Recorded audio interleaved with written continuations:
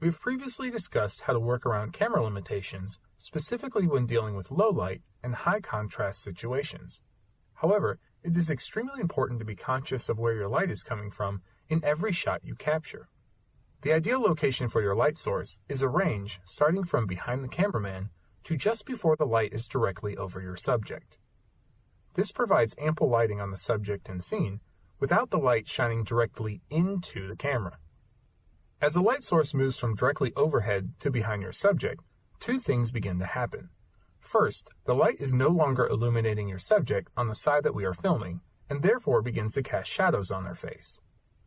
Second, as the light changes from properly illuminating our subject to shining directly into the camera lens, the light source becomes very, very bright while our subject is lost in shadows. If you've come to the realization that this is high contrasting light discussed previously, congratulations! You've been paying attention. As a general rule of thumb, always keep your light source at your back or nearly above you. Doing so will keep your footage looking fantastic. The only exception to this rule is during sunrise or sunset. Because the sun is so low in the sky, you might actually cast shadows on your subject if you keep the sun directly behind you. Not so good. In this circumstance, just shift your position until your shadow is no longer on your subject. Positioning our camera based on the light source does not just apply to outdoor situations. When you're filming indoors, there are usually multiple light sources to manage, from fluorescent lights on the ceiling to bright sunlight shining through the windows.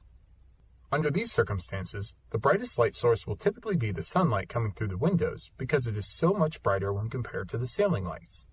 Therefore, it's important to avoid filming towards windows, as it will cause high contrasting light and ruin the footage. Instead, keep the sunlit windows at your back and film facing the opposite direction. By doing so, the light is illuminating your subjects and your footage will look great.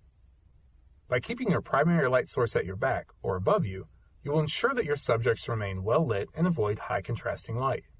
In the next episode, we'll discuss how to capture better audio.